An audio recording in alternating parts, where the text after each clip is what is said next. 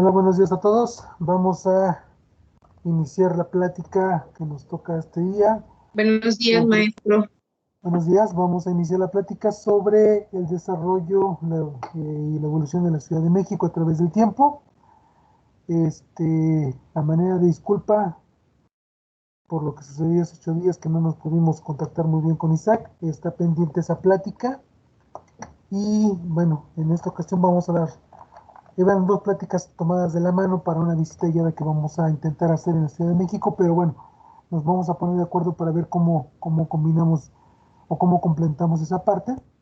Pero bueno, ahorita vamos a hacer una plática sobre el desarrollo de la Ciudad de México a través del tiempo. Entonces, bueno, voy a pedir que me apaguen sus cámaras para que podamos hacer la presentación y hagamos esta plática un tanto más amena. Por ahí quedó una cámara prendida, les pido por favor que me la apaguen.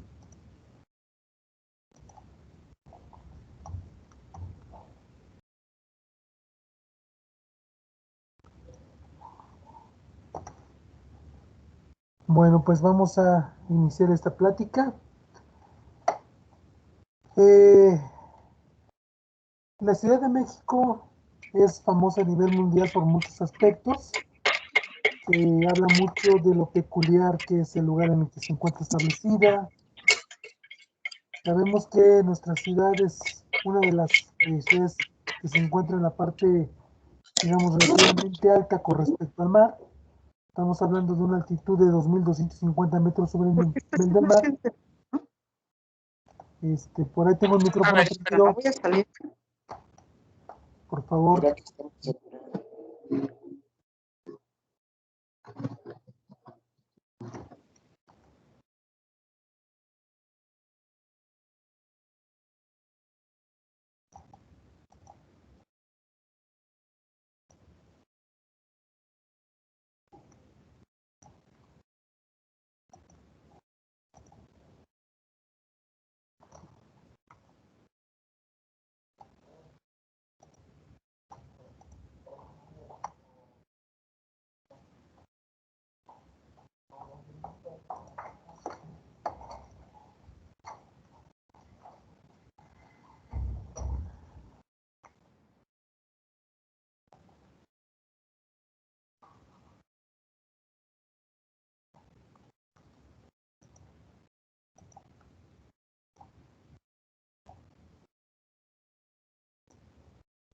Bueno, entonces comentábamos que nuestra ciudad se encuentra a una altitud bastante considerable. Estamos hablando de unos 2.250 metros sobre el nivel del mar.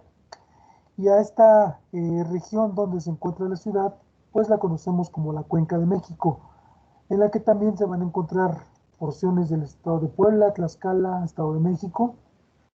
Nuestra región está bordeada por varias sierras, montañas, volcanes altos como van a ser el Iztaccíhuatl y el Popocatépetl, que oscilan entre los 4.153 metros en el caso de la zona de la Jusco y 5.438 metros en el caso de el Popocatépetl.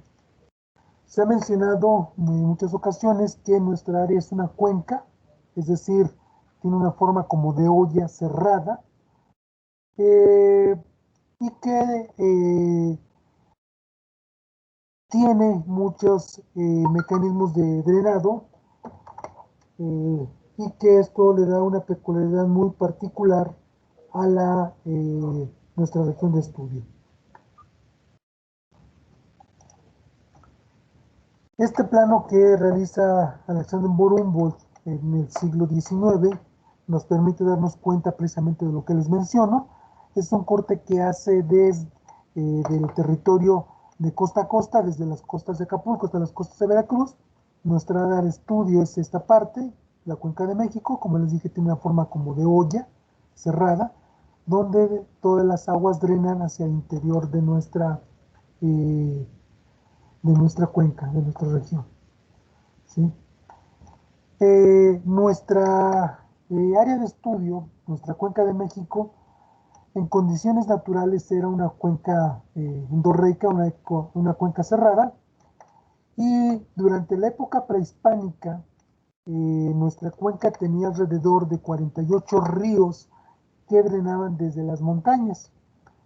Debido a esas características geológicas de la cuenca en la que van a predominar los materiales volcánicos, va a permitir estas características un flujo bastante continuo de agua subterránea. Enormes volúmenes de agua se van a filtrar al interior del subsuelo en la época prehispánica y van a continuar un camino subterráneo. Vamos a tener algunas áreas de descargas locales muy interesantes que se encontraban particularmente en las partes bajas de la zona, entre las que vamos a tener las de Chapultepec, las de Xochimilco, Coyoacán. Sin embargo, bueno, para estas épocas que estamos hablando, estas enormes volúmenes de agua van a continuar su camino hacia la zona de descarga global, que es hacia la parte más baja de la cuenca, específicamente hacia la zona de Xochimilco-Chalco. Toda esta agua que llegaba al valle, tanto la superficial como la subterránea, va a permitir que se establecieran en esta parte 4 grandes áreas con lagos. Vamos a tener lo que conocemos como los lagos de Chalco, los de Xochimilco, la laguna de Texcoco, los lagos de Xaltocan, San Cristóbal, y el lago de Zumpango, y más hacia el norte, pegado hacia los llanos de Apal, vamos a tener 3 lagunas, hoy prácticamente igual extintas como las que teníamos aquí en el centro de México, que serán las lagunas de Tochac, las de Apan y la laguna de Tecocomulco. Esas forman parte de un sistema hidráulico muy interesante. Al ser el agua de Texcoco la que ocupa la parte más baja de todo el valle, pues es de que va a recibir la mayor cantidad de flujos acuíferos en las fuertes temporadas de lluvias que acaecían en la ciudad o en la cuenca de México. Esto sería una vista, digamos que general, un tanto hipotética de lo que sería la cuenca de México a la llegada de los mexicas. Como les digo, habría una gran cantidad de ríos drenando hacia la cuenca. Y bueno, esta sería una imagen, digamos que un tanto hipotética de lo que van a ver los habitantes de esta cuenca, de este valle, particularmente de quien tenemos mayor información, pues es obviamente de los mexicas. Y bueno, este lugar bastante interesante va a estar habitado por varias tribus, no solamente por los mexicas, por varios grupos, entre los cuales al momento de la llegada de los mexicas, pues los tepanecas tendrán el control de esta región. Estos grupos que van a estar asentados en la zona de Coyoacán, de Tacuba y de Azcapotzalco son los que van a tener a la llegada de los mexicas este control. Son ellos quienes les van a permitir establecerse cerca de lo que sería el Cerro de Chapultepec, lo que vamos a tener aquí como el área donde se van a establecer para fundar primeramente Tenochtitlan y inmediatamente después Tlatelolco, y lo vamos a tener muy cerca de esta parte en tierra firme que sería Chapultepec. Sabemos que la fundación se va a llevar a cabo por ahí del año entre 1310 y 1325.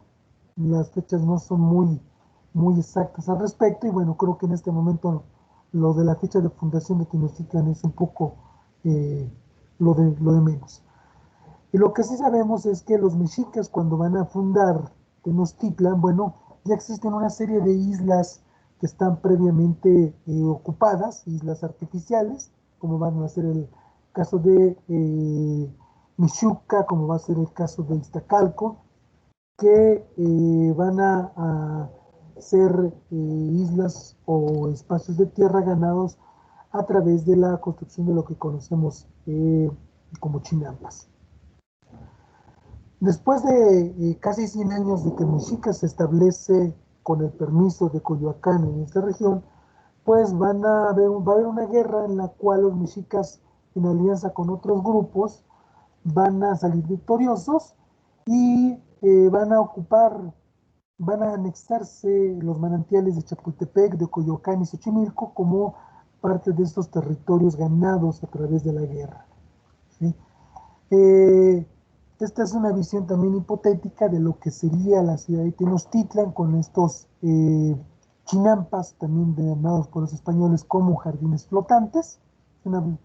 Una vista muy hipotética con el templo mayor en la parte central y las calzadas que conducen a tierra firme, así como algunos de los canales que van a permitir la circulación de las trajineras. Bueno, la ciudad va a ser protegida a partir de 1420-1425 con la construcción de una serie de limitantes de albarradones, de diques que van a impedir o tratar de impedir la inundación de la ciudad de Tenochtitlan. Los primeros albarradones van a ser construidos bajo la dirección de Nezahualcóyotl, del señor de Texcoco, y bueno, empiezan su construcción ya bajo la dirección de Nezahualcóyotl en 1449, desde el cerro de Azacualco hasta lo que va a ser la zona de Iztapalapa. Este albarradón va a tener aproximadamente 16 kilómetros de largo y va a servir también para separar las aguas dulces de las aguas salobres de la región de Texcoco. Esto, bueno, tiene la finalidad de hacer fluir agua dulce hacia esta parte de los lagos del sur de la Cuenca de México.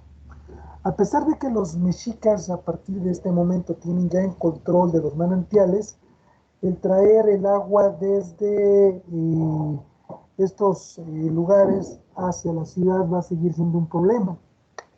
Y es a partir del gobierno de Chimalpopoca, el tercer señor de Tenochtitlan, que bajo la conducción de Nezahualcóyotl se empieza el diseño y la construcción de un acueducto que va a llevar el agua desde las montañas de Chapultepec hasta llevarlo a Tenochtitlan para abastecerla de agua dulce.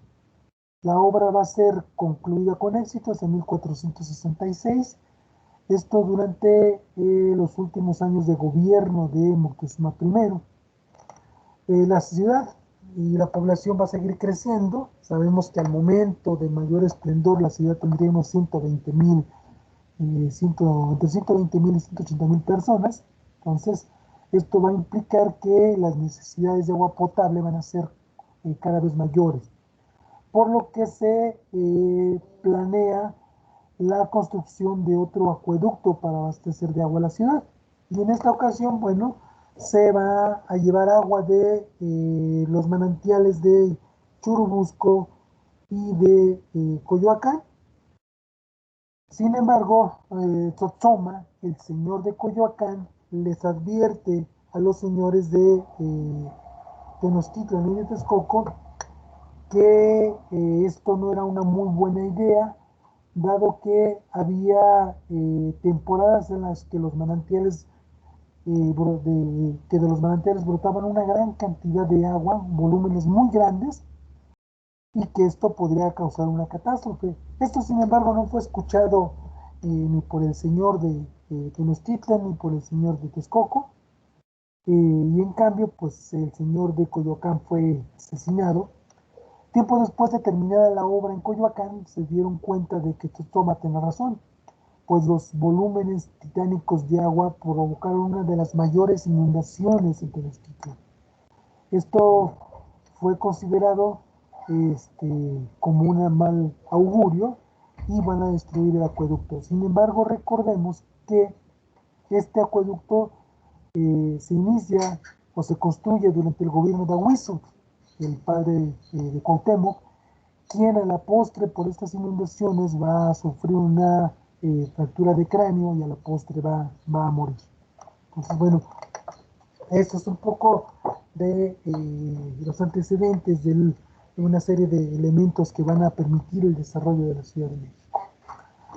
A pesar de las dificultades que van a enfrentar los mexicas para vivir en una ciudad rodeada por un lago, finalmente van a lograr el desarrollo de una infraestructura bastante interesante y del conocimiento del agua, con tecnologías, digamos que avanzadas para su momento, para obtener alimentos, ya que tienen cosechas prácticamente todo el año, para recolectar agua de lluvia, controlar inundaciones, y digamos que en cierta manera también logran reciclar los desechos.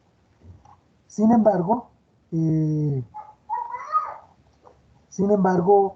no solo el agua pasa a formar parte de su entorno, sino que se convierte en parte de su cultura y en cierto sentido en una manera de entender el mundo. Esta también es una reconstrucción hipotética hecha por Thomas Friesinger de lo que sería la ciudad de Tenochtitlan vista desde el Cerro de la Estrella, ¿sí? En la que vemos las calzadas que van a conducir hacia tierra firme. Vamos a tener la calzada que sale hacia el norte, que nos dirigiría a el Tepeyac. Tenemos otra que pasa por Tlatelolco, y de Tlatelolco nos llevaría al pueblo de Escaposalco. Tenemos otra que nos lleva a Tacuba. Tenemos otra que baja sobre lo que sería la calzada de Iztapalapa, que la conocemos popularmente como la calzada de Tlalpan. Y de ahí teníamos un desvío hacia el pueblo de Coyoacán. En fin, tenemos una distribución de la ciudad bastante interesante y como les comentaba, bueno, Tenochtitlan no sería la única isla, sí, quizás la más grande, pero no la única, ya que tendríamos algunas otras islas menores ocupadas, como es el caso de Iztacalco, como es el caso de Mexicalcingo, en fin, tenemos otras islas que las menciona bastante bien González Aparicio en su texto sobre el plano reconstructivo de la ciudad el área de Tenochtitlan. Bueno, a la fundación de Tenochtitlan vamos a omitir todo el pasaje mitológico del águila devorando a la serpiente, etcétera, etcétera, que ya en algún momento habíamos comentado que se trata de un bonito mito. Los mexicas jamás van a ver el águila devorando a la serpiente. Sabemos que a la fundación una vez que se da la fundación de Tenochtitlan, la ciudad se va a iniciar su desarrollo a partir de 4 parcialidades. Estas parcialidades van a ser Azacualco, que la vamos a tener en la parte noreste, vamos a tener la parcialidad de Cuepopan, la parcialidad de Teopan y la parcialidad, de Teopan y la parcialidad de Moyotla, sobre que van a conformar esta distribución interesante de la ciudad de Tenochtitlan. Estos 4 parcialidades van a ser tan importantes que después de la caída de Tenochtitlan y ya una vez establecida la conquista y la colonia española, bueno, van a dar sobre los restos de lo que van a ser sus templos principales, de sus calmecac, sus calpulis, perdón, van a construirse los templos católicos de San Sebastián, Santa María de la Asunción o de la Redonda, San Pablo y San Juan Bautista, respectivamente, que van a servir para delimitar, digamos, hasta hoy las delimitaciones de lo que fue la antigua ciudad de México. Esto es un plano que nos permite darnos cuenta precisamente de lo que les comentaba. Tenemos el barrio de Zacualco. Esto, nuestro norte está para acá, entonces esto no quiero que pierdan vista. Esto es el área de Zacualco, esto es el barrio de Cuepopan. Tenemos aquí la calzada que nos dirigiría hacia la zona de el Tepeyac. Tenemos otra calzada, la México-Tacuba, que nos dirigiría a la zona de Tlacopan. Tenemos aquí el área de Tlatelolco y su salida hacia lo que va a ser Azcapotzalco, la calzada de Iztapalapa y los diferentes acequias o canales que van a permitir la circulación de productos para llegar al área de Tenochtitlan. Bueno, comentábamos entonces de estos 4 parcialidades y hoy podemos identificar el área donde se encontraron estos calpulis, precisamente por la ubicación de las iglesias. En el caso del barrio de Azacualco, vamos a tener la iglesia de San Sebastián. Esto está hacia la parte de la calle de República de Venezuela, más adelantito, con la plaza del Estudiante. Vamos a tener la parroquia de Santa María de la Asunción. Esto hacia la zona norponiente de lo que sería la antigua ciudad de Tenochtitlan. Tenemos el templo de San Pablo en, cerca de lo que sería actualmente la zona de Pino Suárez, a una cuadra y media. Y tendríamos el barrio de Moyotla, en lo que recibe el nombre de San Juan, cuya iglesia se demuele a finales del 16 y se construye lo que conocemos como la Basílica de San José, ¿sí? Esto también cerca de lo que sería el mercado de artesanías de San Juan. Bueno, en la época prehispánica, como comentábamos, el centro de los islotes que se van a construir para darle forma a la ciudad de Tenochtitlan son lugares interesantes conformados por chinampas y que por sí mismos cada una de esas parcialidades van a conformar barrios en sí, van a fungir como centros de reunión con un templo importante para cada calpuli. Tienen instalaciones, entre ellas la casa de Tiquitali, perdón, donde se reúne el Consejo de Ancianos. Esta disposición, como les dije, todavía corresponde a las distribuciones de estos templos, y vamos a tener otros barrios que se van a conformar después, pero que no tienen participación en la toma de decisiones de Tenochtitlan, cuyas iglesias y plazas todavía se encuentran relativamente cercanas al centro histórico, como es el caso de San Salvador el Verde, San Antonio Tomatlán, Atlixco, La Candelaria. De todas estas parcialidades, quizás la parcialidad de Moyotlán era la más urbanizada en contraste con la de Azacualco, hacia el norte, donde vamos a tener áreas verdes y áreas de cultivo y hasta para la caza. Huepopan, por su parte, va a servir como lugar de paso para el mercado de Tlatelolco. Poseía un embarcadero y más calzadas que los otros cuadrantes, mientras que algunos autores señalan a Teopan como el sector más extenso en dirección al sur, ¿sí? Aquí no desarrollaremos o no explicaremos demasiado esta situación porque sobrepasa, digamos que la intención de ver cómo se va desarrollando la ciudad al paso del tiempo. Sin embargo, sí es importante mencionar que esta distribución cuatripartita que tiene la ciudad de Tenochtitlan, en cierto sentido va a concordar o va a corresponder con una concepción que tienen sobre la planeación axial del mundo. Esto concuerda perfectamente no solamente con la visión de los mexicas, sino prácticamente con la visión de todos los pueblos mesoamericanos, en la cual vamos a tener un nivel terrenal de esta concepción, esta plataforma distribuida en 4 parcialidades, como lo tenemos también para la ciudad de Tenochtitlan, y tenemos una concepción del universo estructurado en 3 niveles.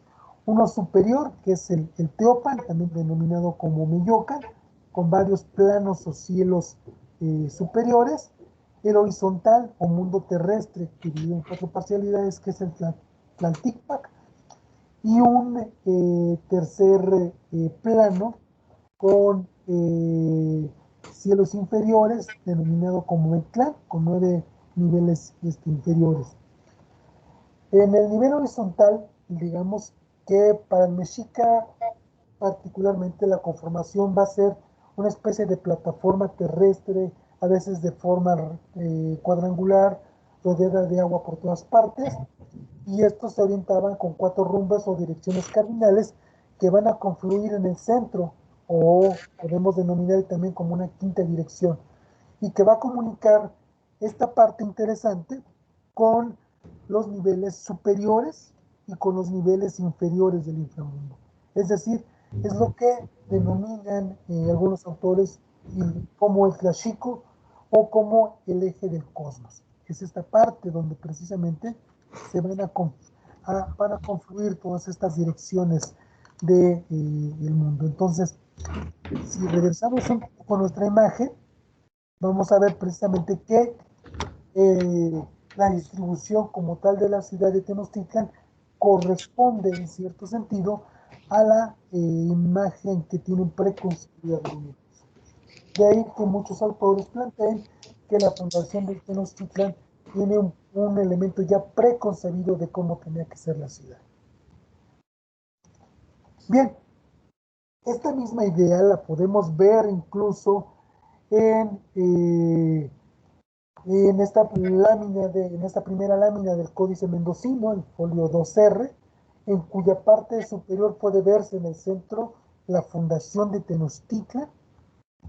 ¿Sí? Aquí la podemos ver, el águila devorando a la serpiente y el símbolo de Tenochtitlan, que es un atado de saetas con un chimali o escudo. Y tenemos los 4 cuadrantes enmarcados por corrientes de agua o por canales de agua del lago de Texcoco. Los canales van a fluir en dirección a dicho punto central o dicho núcleo, donde está precisamente la piedra sobre la que crece el nopal, sobre la que se posa el águila. ¿Sí? Bien, partiendo de este planteamiento, ahorita pasamos un poquito a esta imagen, quiero regresar un poco a esta parte. Vamos a tratar de delimitar, digamos que las parcialidades, cada una de las parcialidades. Azcapotzalco va, digamos que a partir del embarcadero que vamos a tener en el área de Tetamazolco, esta parte que tenemos aquí. De aquí comenzaría el límite oriental de esta parcialidad, que se inicia, como le digo, en este lugar, y desde ahí se va a intersectar en línea recta hacia lo que sería la actual calle de Alarcón, cerca de lo que es el mercado de Miscalco.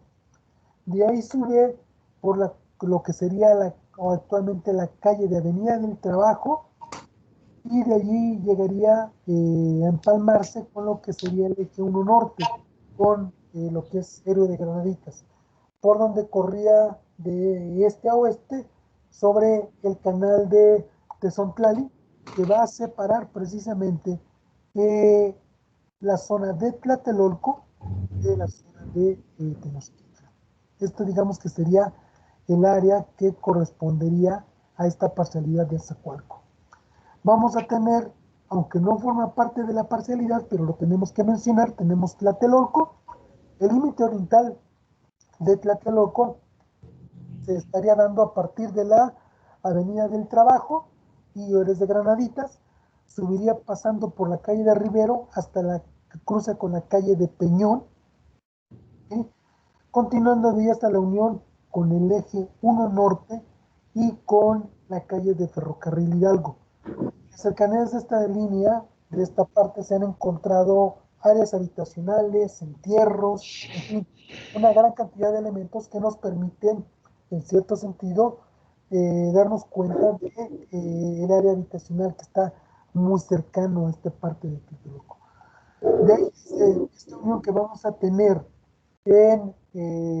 hacia el norte va a subir hasta la mitad de la Cerrada de Acero, y de ahí vamos a continuar hasta la calzada de Ronda. Siguiéndola, digamos que dibujaría una especie de arco con el eje central, lo vemos acá, lo tenemos aquí, y la intersección de la calle de Lerdo con la calle de Manuel González.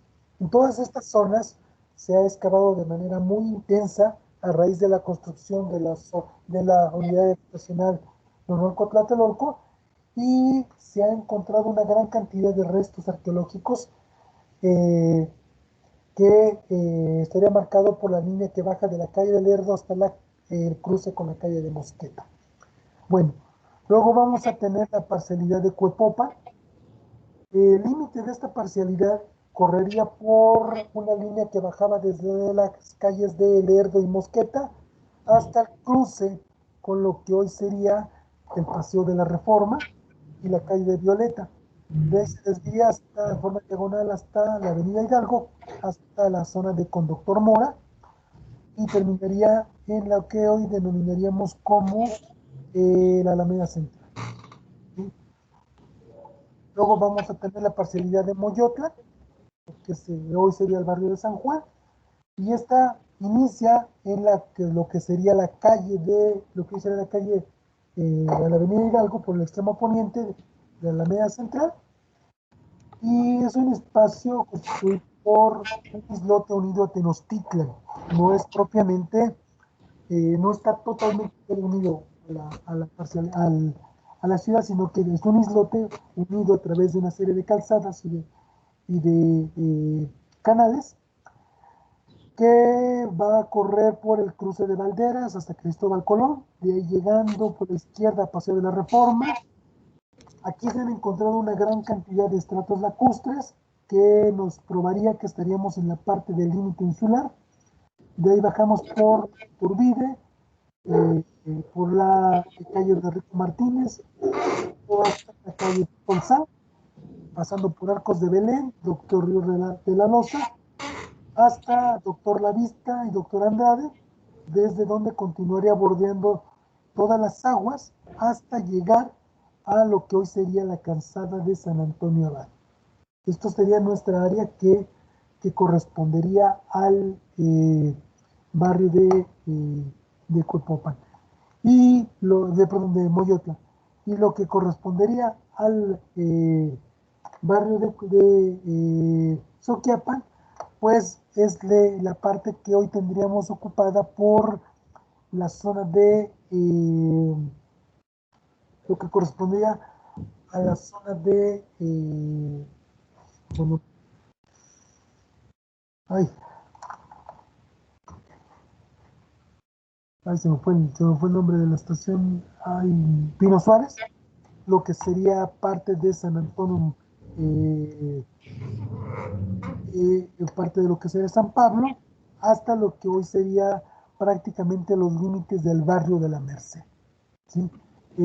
Cercano a estos límites vamos a tener la antigua isla de Michuca, que va a ser ocupada por los mexicas, también por ahí del año de 1320.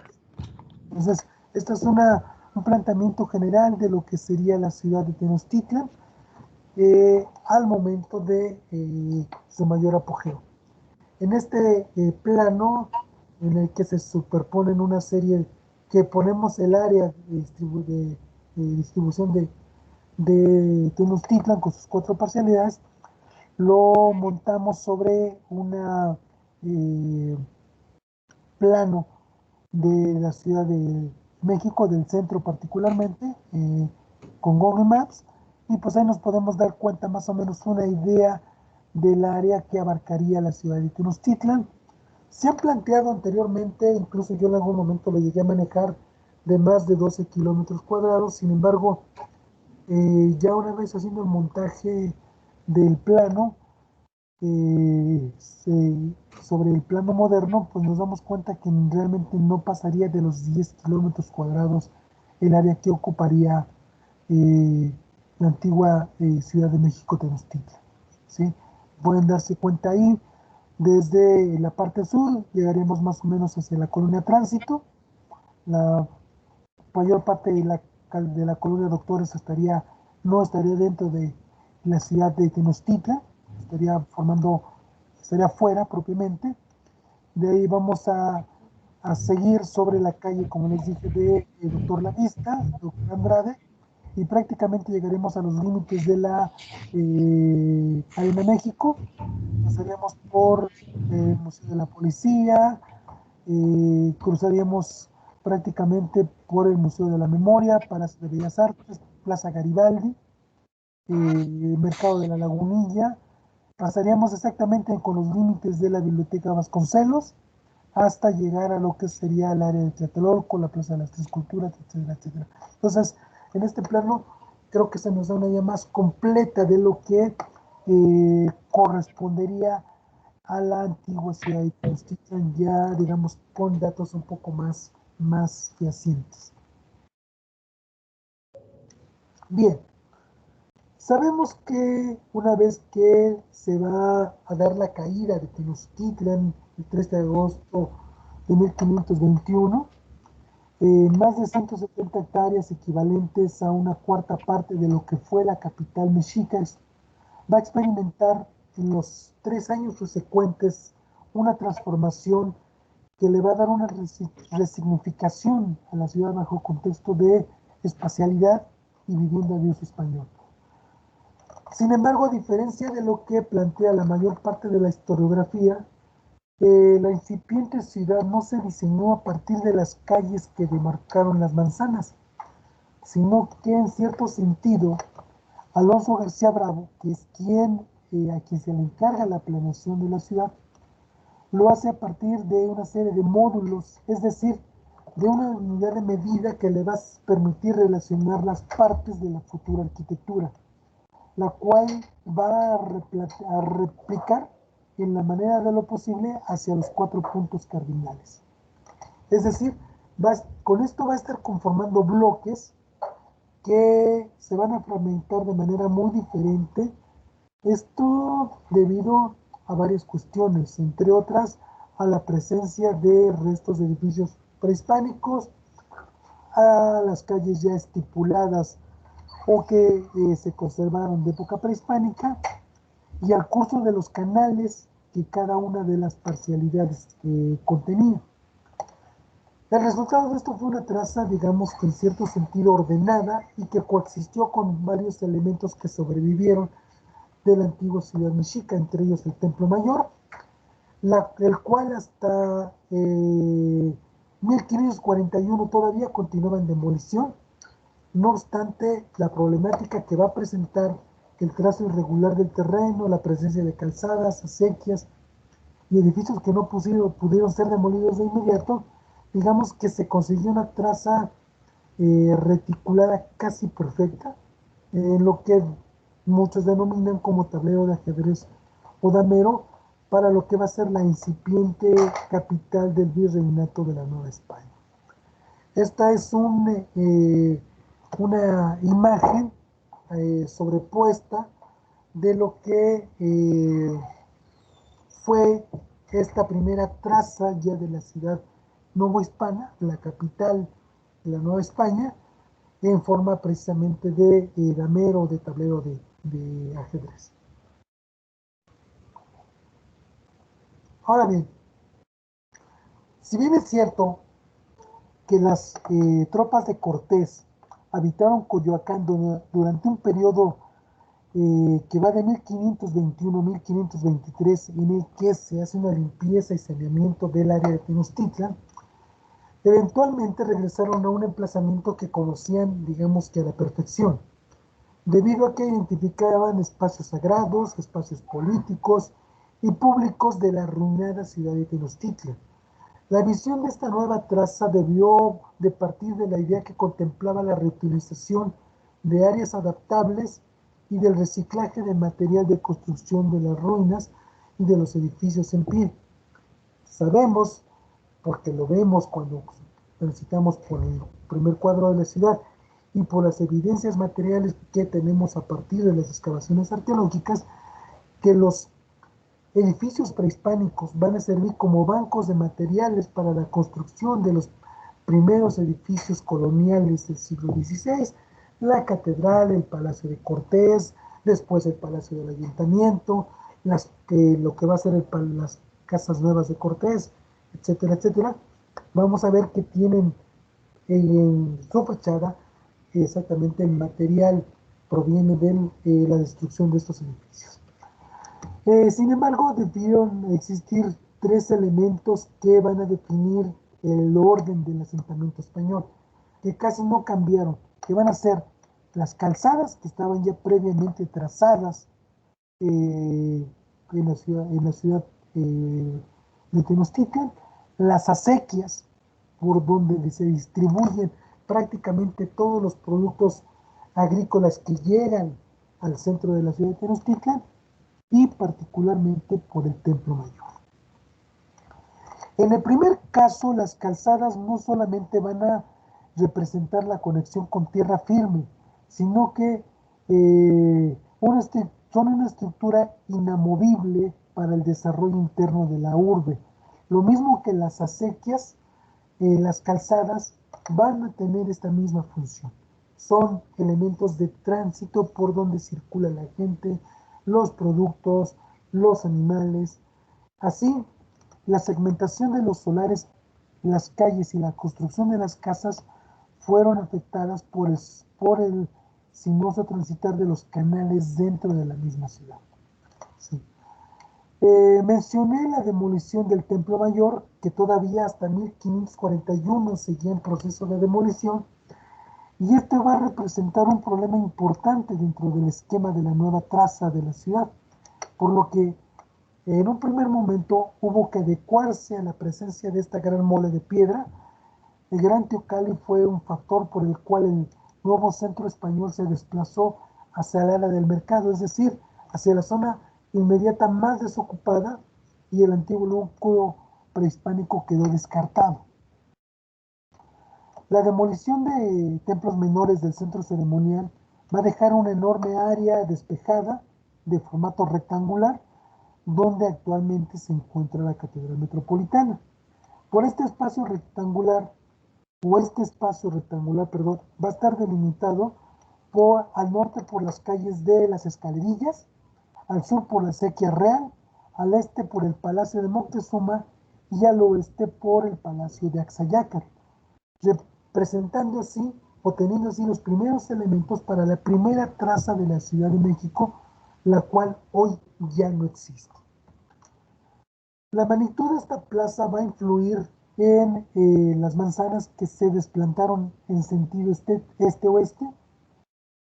Si observamos una fotografía aérea actual, va a ser interesante que observemos que se percibe que el tamaño de la gran plaza rectangular, ya inexistente, como les digo, aún se mantiene en el esquema urbano de nuestra ciudad. Esto nos hace pensar que García Bravo repitió el tamaño de la misma a manera de módulo para definir las cuadras de la primera traza de la ciudad. Por lo tanto, se puede entender la plaza como el gran espacio rectangular central, trazada por García Bravo y ordenada por el Conquistador. Un área nuclear que articuló la ciudad en su primera etapa. Y en este sentido, pues García Bravo tuvo una medida general para la cual desarrolló bloques. A partir de esto se subdividieron en manzanas con la finalidad de que los hogares tuvieran una uniformidad territorial por bloque y que las calles de la ciudad mantuvieran una rectitud, como lo pueden observar en este plano superpuesto, en el que vemos cómo precisamente los bloques tienen prácticamente las mismas medidas. La destrucción de Tenochtitlan marca una fase de gran transformación arquitectónica y urbanística, y aunque el primer momento urbano ha sido referido como caótico, desordenado, sin embargo, sugiero que en este lapso privó más un contexto de instauración del nuevo orden que el de una confusión. Los primeros edificios en construirse fueron las casas viejas y las casas nuevas de Cortés, en el Palacio de Axayácar y en el Palacio de Moctezuma, respectivamente, y con ello el espacio de la Gran Plaza va a dar este resultado. Son estos espacios que vamos a tener aquí precisamente. Eventualmente los edificios gubernamentales y habitacionales de este momento se construyeron alrededor de esta plaza, entre las primeras calles trazadas. El aspecto arquitectónico de este periodo cortesiano se diluyó casi en su totalidad con el devenir del tiempo. tanto por los sucesos de otras etapas constructivas y la reorganización administrativa posterior a Cortés, cuando éste se encontraba en Honduras, así como por el sauceo de la costa y las inundaciones que va a sufrir la isla en el siglo XVI, que va a propiciar el hundimiento y la destrucción de estas casas tempranas. De hecho, prácticamente, prácticamente no tenemos evidencia de estas primeras construcciones novohispanas de la primera etapa de la colonia española. Solamente haciendo excavaciones es como uno puede encontrar por lo regular los desplantes de estos primeros edificios que conformaron parte de esta primera traza urbana de la Ciudad de México.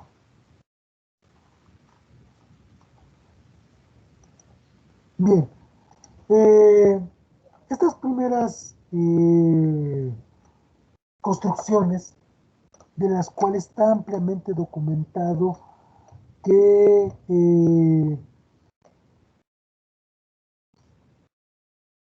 la construcción de estos edificios que van a dar albergue a estos recién llegados, estos conquistadores, se realizó a partir de la mano de obra gratuita de los indígenas y de muchos materiales utilizados que se obtuvieron de los escombros que deja la destrucción de lo que antes existía. Además, se van a explotar bosques que rodean a los lagos y cuya madera se transportaba a mano por los propios indígenas. Estos trabajos van a someter a duras cargas de trabajo, valga la redundancia, a la población aborigen, tanto que ello fue calificado como la séptima plaga que azota este pueblo, según las crónicas que hace el padre Motolini al respecto. Este proceso de construcción y de trabajo de manera forzada y gratuita dura muchos años, incluso puede decirse que pasaron 2 siglos para que la ciudad se consolidara plenamente. Eh, y para ocupar la totalidad de la traza que empezó a darse más allá de los bordes de la misma. Sin embargo, como comentaba, de la arquitectura inicial con que se construyó la ciudad, hoy no tenemos prácticamente nada, está desaparecida. Ya en su momento Tovari de Teresa comentaba que de esta primera traza no quedó vestigio alguno. Ya les comentaba, solo excavando es como nos podemos encontrar a veces los desplantes de estos edificios. Y solamente tenemos a una lejana referencia en el caso de la Plaza Central, elaborado hace 1562, que es este plano que ven en pantalla, donde aparecen originalmente los edificios que rodeaban esta plaza, que son edificaciones de tipo militar, básicamente, incluyendo la primera catedral que vamos a tener, que la vemos en este punto, ¿sí? Ya que todos los edificios tienen almenas para colocar desde las azoteas elementos defensivos frente a los indígenas que aún en cierto sentido se resisten a la conquista española. Otro tipo de espacios que es preciso destacar de este periodo son los conventos. Pero igual, de estos conventos de esta primera época no tenemos prácticamente evidencia. Comentábamos las inundaciones que sufre la ciudad en el siglo XVI, y una de estas que se da hacia 1527-1532 deja sumida la ciudad en agua por una buena cantidad de años. Luego tenemos otra hacia 1567 que también deja la ciudad sumergida en agua durante 5 años. Entonces esto va a provocar que prácticamente la ciudad se tenga que reconstruir nuevamente, rellenando con la técnica indígena el nivel del agua para construir terreno firme. Entonces, bueno, prácticamente no nos quedan evidencia de estos elementos. Sin embargo, bueno, hablando de los conventos, aunque durante la traza de la ciudad no se definió más que la plaza central, en el proceso de asignación y de densificación fueron quedando espacios que van a ocupar más tarde las órdenes religiosas, así como varios espacios abiertos que darían aire a las calles, tales como la Plaza del Volador, donde se va a construir años más tarde la primera universidad, la plaza frente al convento de Santo Domingo, la plaza que está que estaba frente al Hospital de Jesús, la plaza que está frente al convento de Santo Domingo es lo que hoy conocemos popularmente como la Universidad de Santo Domingo, con los portales. Tenemos la plaza que se encuentra frente al convento de Santiago Tlatelolco y varias más que pueden observarse en varios planos como el de Gómez de Tramonte, que nos permite darnos una idea de la distribución espacial de estos conventos y de estas plazas que quedan frente a los conventos. Todas ellas van a estar delimitadas por edificaciones, es decir, de la misma manera que se confinaban las plazas europeas y muy diferentes a la morfología de los espacios abiertos de la ciudad prehispánica, aunque sus dimensiones, sobre todo los de la Plaza Mayor, se perciben como algo fuera de lo común para su tiempo, es decir, son espacios muy grandes si los comparamos con las plazas que vamos a tener en España. Bien, el trazado de las calles y de las plazas que hasta aquí hemos tratado de analizar se va a ver espacialmente definido por las casas y por los palacios de los conquistadores, que paulatinamente van a ir cambiando su apariencia de una construcción de tipo militar a la influencia de los lenguajes renesantistas que están llegando ya para estos momentos, tal como lo podemos ver en este plano del lado derecho, donde los elementos militares empiezan a desaparecer, dando paso a nuevos elementos arquitectónicos, donde se aprecian que los edificios que rodean a la plaza han sido modificados, que ahora poseen columnas, que ahora poseen elementos inspirados en órdenes clásicos, además de que han desaparecido las almenas, ¿sí? La nueva ciudad va a mantener su morfología por más de 2 siglos, pues aunque la vida urbana va en desarrollo, las modificaciones de sus condiciones van a ser menores y las normas que están detrás de su organización van a seguir siendo la misma. La propiedad del suelo va a seguir siendo regida por la corona, el intercambio de suelo estará sujeto a las normas provenientes de la metrópoli, aun cuando la iglesia va a ir ampliando sus propiedades paulatinamente, ya sea por vía de la amortización de los préstamos que concede, salvo la construcción al interior de la plaza mayor del mercado del Parián y la aparición del paseo de la Alameda, que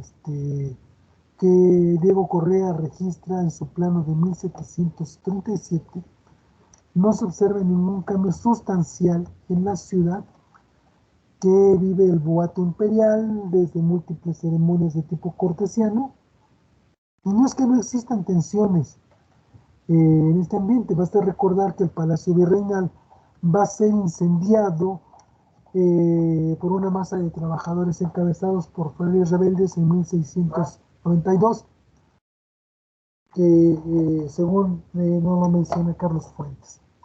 Aquí vemos algunas de estas imágenes precisamente de la Plaza Mayor, donde se va a construir el mercado del Parián, ¿sí?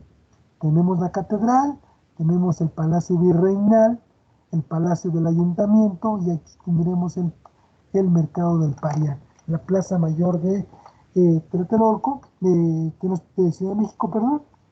Y en este caso, en la parte de abajo, nuevamente, tenemos un plano del Conde de Tepa, fechado para 1776, en el que se hace la distribución de los terrenos y de la Plaza Mayor de la Ciudad de México.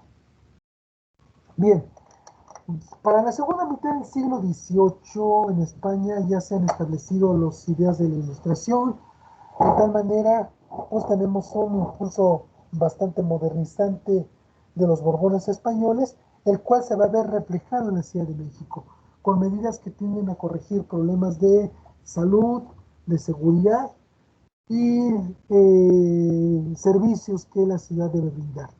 De ahí que en 1775 se inaugure el Palacio el Paseo de Bucareli, que es la primera acción urbana que dota de un espacio para disfrutar del aire puro, fuera de los límites de la ciudad. Este espacio se mantuvo por 2 siglos. El plano del Conde de Tepa nos marca este paseo de Bucareli, lo tenemos aquí, que después lo vamos a conocer con el nombre de eh, Paseo de la Reforma. Esta primera acción que dota de un buen espacio, pues como les digo, se marca en este plano de 1776. Y esto ya nos va anunciando una serie de cambios en la ciudad. Por ejemplo, la implantación de nuevos nombres en las calles, las medidas en varas que tienen que tener los límites de la ciudad, los cuales se van a concretar en los años siguientes a la Guerra de Independencia y que, bueno, se empiezan a vislumbrar ya desde este momento.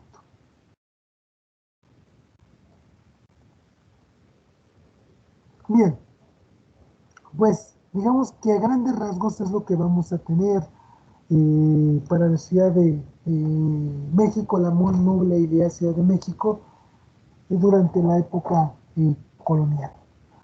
De ahí vamos a pasar a un periodo que corresponde a periodo en el que se establece la República, ya posterior al movimiento de independencia.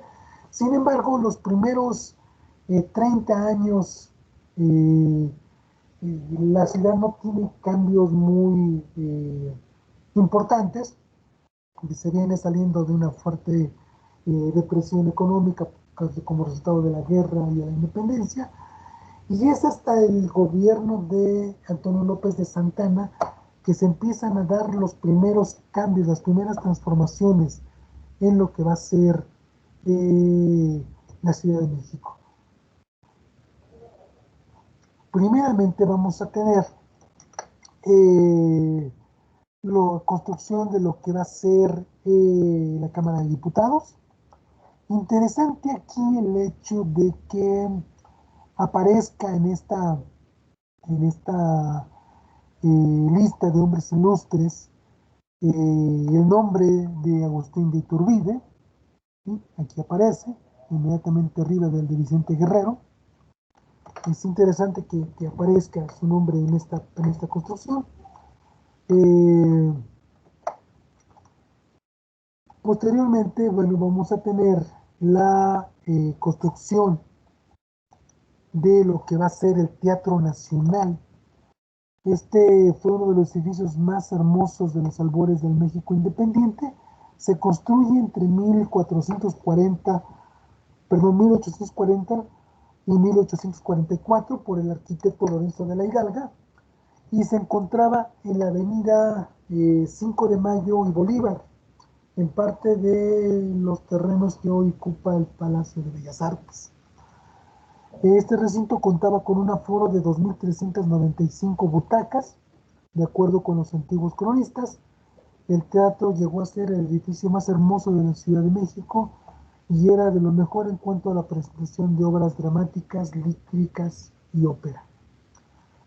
Su importancia, bueno, de acuerdo con los especialistas, es la obra de mayor importancia entre la terminación de la Catedral de la Ciudad de México y la construcción del Palacio de Bellas Artes.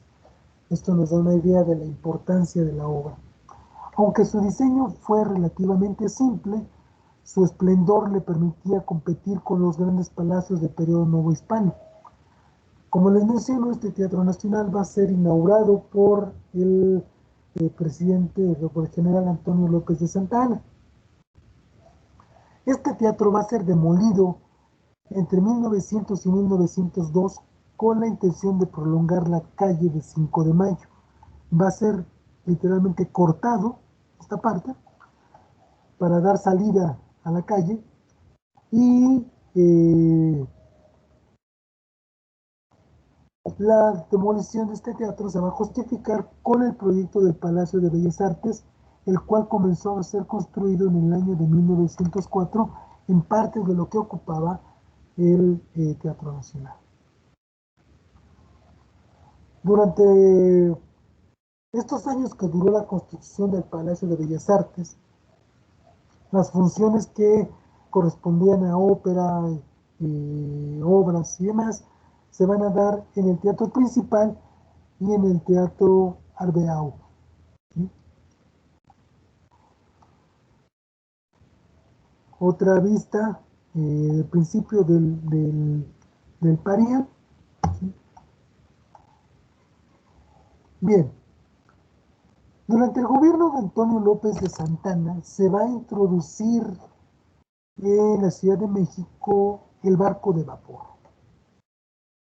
Considerando que a mediados del siglo XIX todos los medios de transporte dentro de la ciudad eran a base de tracción animal, el barco de vapor resulta una alternativa de transporte bastante atractiva y viable.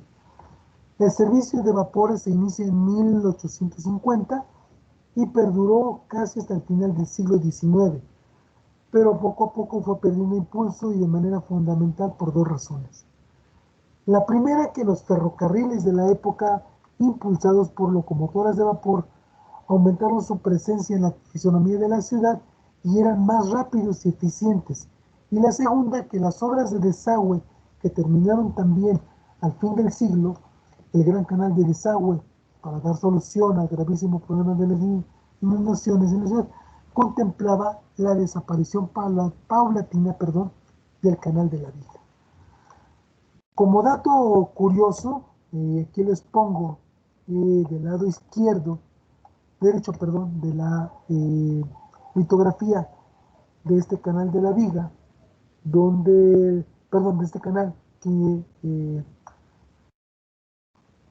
pongo una invitación de 1890 en la que se anuncia pomposamente el inicio del servicio de vapores entre México y Chalco, mediante un espléndido banquete al que acudiría don Porfirio Díaz y miembros de su gabinete. Ahí se puede apreciar otro estilo de barco, si comparan el que aparece aquí en la litografía con el que aparece en la invitación, pues son diferentes, siendo la del frente la unidad, la de tracción, la que va jalando, y la de atrás es el compartimento para pasajeros. Bien, el 11 de agosto de 1553, jueves, según marcan las crónicas, el presidente Antonio López de Santana efectúa con su familia un viaje de casi 2 horas en el vapor La Esperanza, desde el embarcadero de la Vica, en la Garita, hasta el pueblo de Mexicalcingo, actualmente Calzada de la Viga y Ermita, un tramo de 7 kilómetros aproximadamente en 2 horas. En 1869, después de 6 viajes de prueba, se invitó a hacer el viaje inaugural del vapor Cuauhtémoc al presidente Benito Juárez, quien junto con otros funcionarios surcó las aguas del canal de la Viga, y estando atracado el buque, explotó una caldera sin que causara víctimas.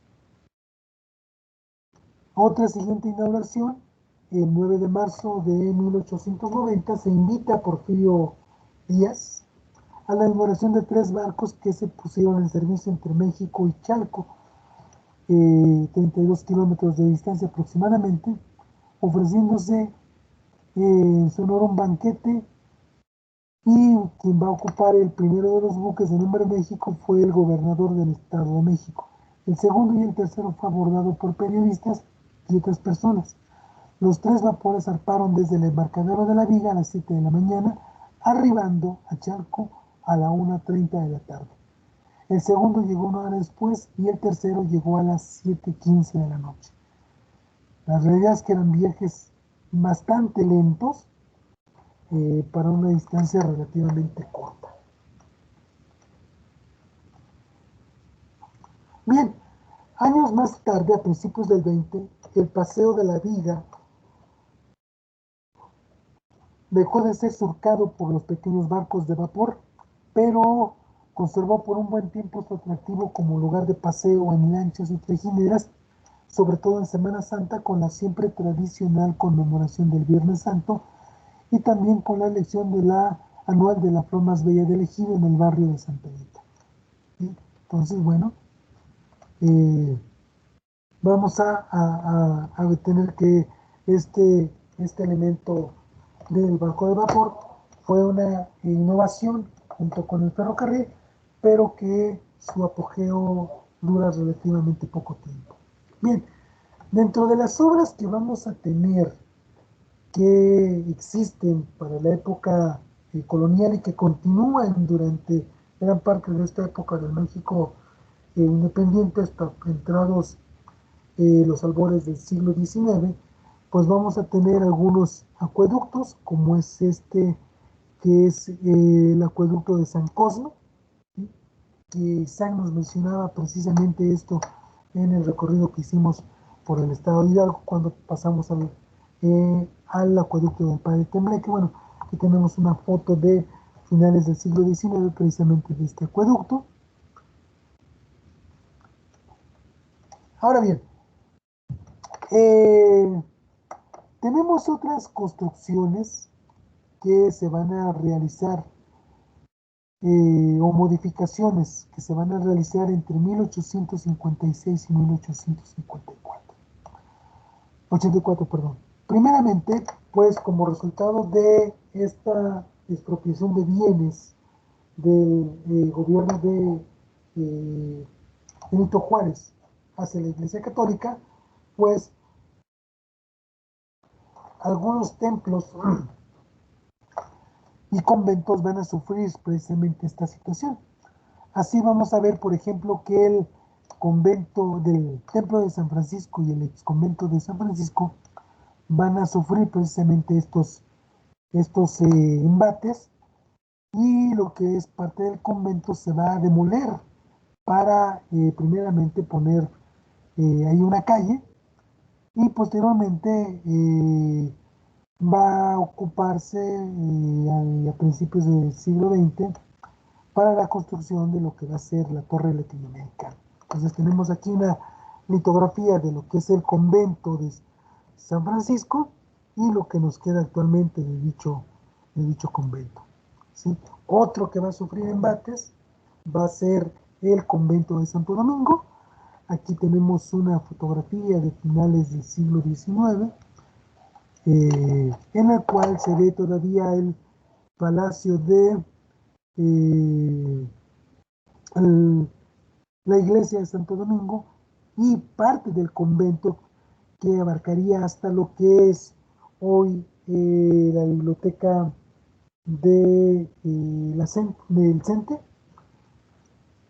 y lo que sería la calle hoy que se abre precisamente con esta situación de Leandro Valle. Y aquí tenemos los restos de lo que sería el claustro de las monjas, y que ocupan este espacio que fue cedido en comodato al Sindicato Nacional de Trabajadores de la Educación. Tenemos aquí la plaza de Corregidora, ¿sí? Los portales de Santo Domingo. Ahora bien, entonces, digamos que son los elementos que van a ser más importantes, o los eventos más trascendentales entre 1810 y 1880.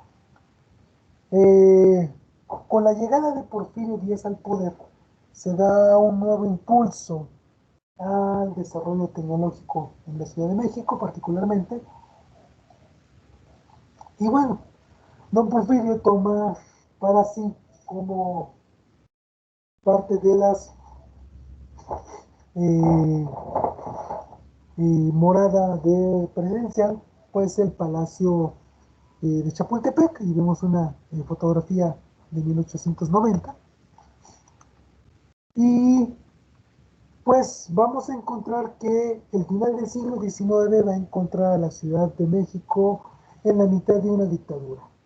Buena para los ricos, mala para los pobres y ambigua para la historia.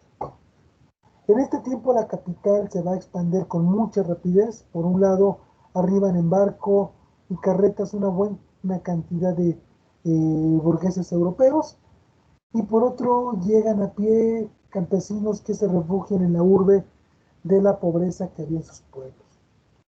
Después de haber sido escenario de disputas políticas decimonónicas, en 1894 la metrópoli se encuentra en una calma relativa y en un pleno desarrollo.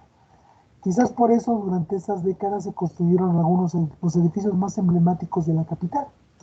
Tenemos, por ejemplo, el Casino Español. Bueno, aquí tenemos una imagen precisamente de una vista de paisaje, de pájaro, como le llama, en la Ciudad de México. Entonces hablábamos entonces de algunos edificios emblemáticos de esta época. Tenemos el Casino Español, este hermoso edificio inaugurado en 1903, o la fábrica de tabaco, gracias a la cual nace la colonia tabacalera. ¿Sí? Para la década final del siglo XIX, el Paseo de la Reforma se va a expandir. Quizás lo más importante del fenómeno va a ser la instalación de la luz eléctrica.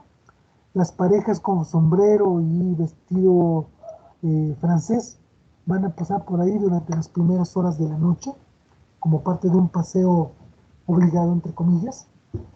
Mientras, tanto en las ostentosas habitaciones del castillo de Chapultepec, pues dormían don Porfirio Díaz y su esposa Carmen.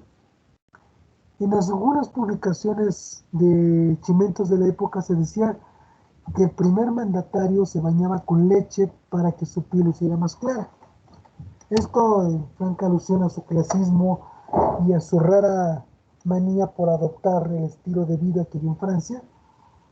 Eran muy escandalosos entre los círculos sociales que lo rodeaban. Don Porfirio ocupó el máximo cargo ininterrumpidamente desde 1884 y quería que México adoptara las máximas del positivismo sociológico, orden y progreso. No obstante, aunque al dictador le interesaba el desarrollo de las artes y las ciencias en su conjunto, había demostrado tener una gran indiferencia por las condiciones laborales del 90% de los trabajadores del país. Y eso se tradujo en que las únicas partes desarrolladas de la República eran la Ciudad de México, donde él mismo vivía. Y mientras la luz de las velas se cambiaba por la electricidad y las cámaras eran cada vez más sofisticadas, las señoras burguesas del momento compraban sus piedras preciosas en la elegante joyería de la Esmeralda, ubicada en el mismo sitio en donde actualmente está el Museo del Estanquillo. Este ostentoso inmueble se fundó en 1892 y desde sus primeros días dejó en la ciudad dos huellas profundas. Un reloj incrustado en la fachada del edificio y unas escaleras estilo Art Deco que impresionaban a los visitantes por su belleza. Y en tanto que la aristocracia se entretenía en la ópera, las personas con menos recursos que transitaban por ahí, con un gran sombrero, y pasaban el tiempo en las cuantiosas pulquerías que había a un costado del centro histórico. Los pobres caminaban al lado de los palacios recién inaugurados de la Juárez, con la cabeza baja, llegaban a sus destinos en tranvía, llevaban a sus hijos a los espectáculos callejeros que a veces llegaban a la metrópoli. En las calles de la ciudad en este momento, la mayoría que sabía leer escogía con cuidado los periódicos en los que se informaba. Los que estaban a favor de don Porfirio, pues leían un semanario llamado El Mundo Ilustrado, perdón, y los que estaban en contra del régimen, pues compraban el Monitor Republicano, una publicación retacada de artículos izquierdistas que fue prohibida en 1896. Para mayor referencia, el Monitor Republicano va a ser el antecedente de lo que después va a ser el Universal.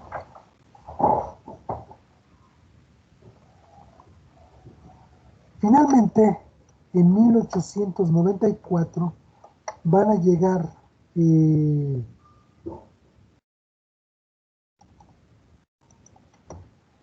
A la Ciudad de México los primeros organillos, su sonido se puso de moda gracias a las cuantiosas ferias y circos que se organizaban en los teatros más emblemáticos de la Ciudad de México.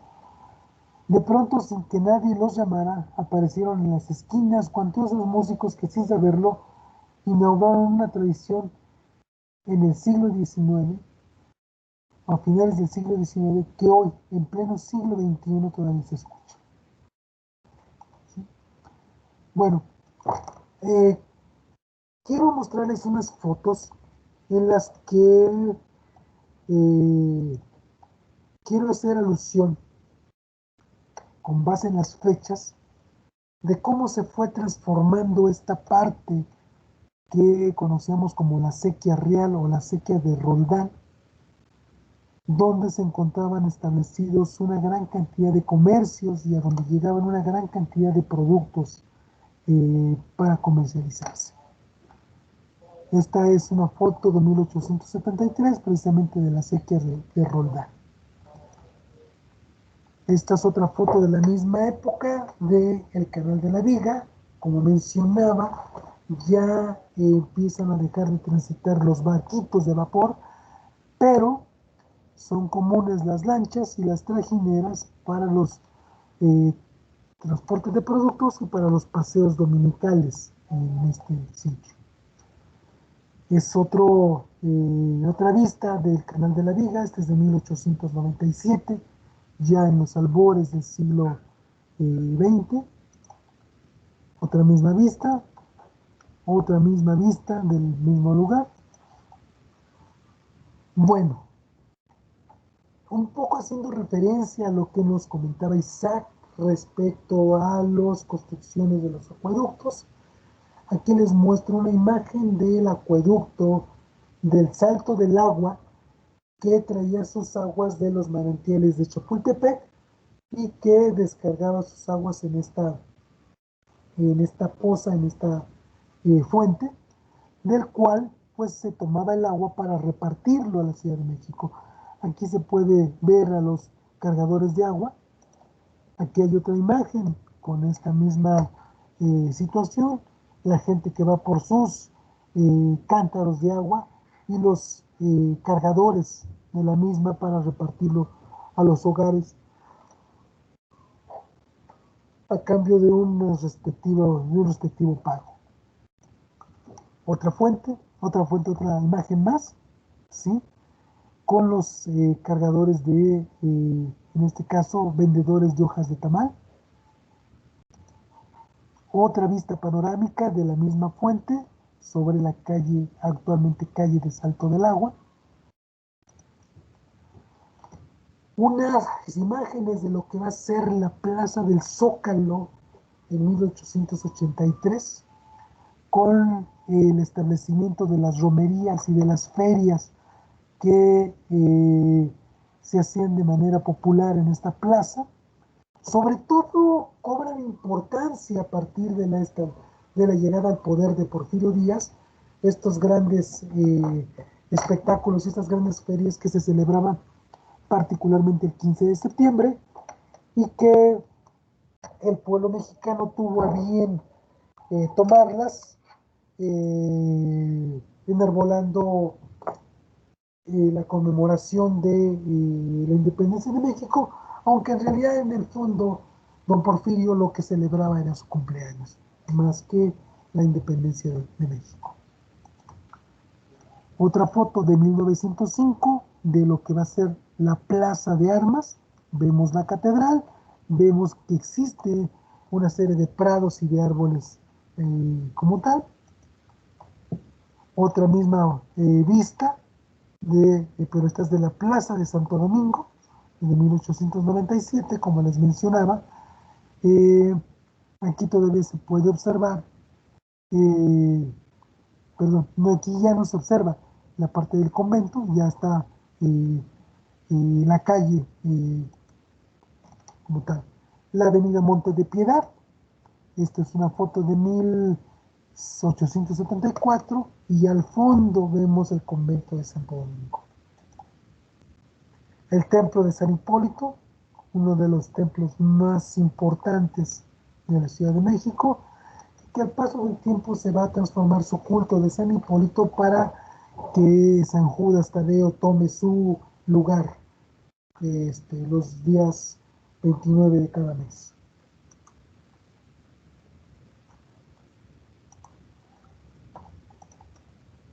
Bueno, otra vista del acueducto de los Remedios. Aunque no está en la Ciudad de México, realmente está en Naucalpan, en el pueblo de San Bartolo. Esta es una foto de 1933. Y esta es una foto reciente, también una foto de la misma época. Y esta es una foto reciente del mismo acueducto en el pueblo de San Bartolo, en Naucalpan. Y vemos lo que resta del acueducto y lo que resta del caracol. Monumento a la Independencia en el año de 1923. Bien.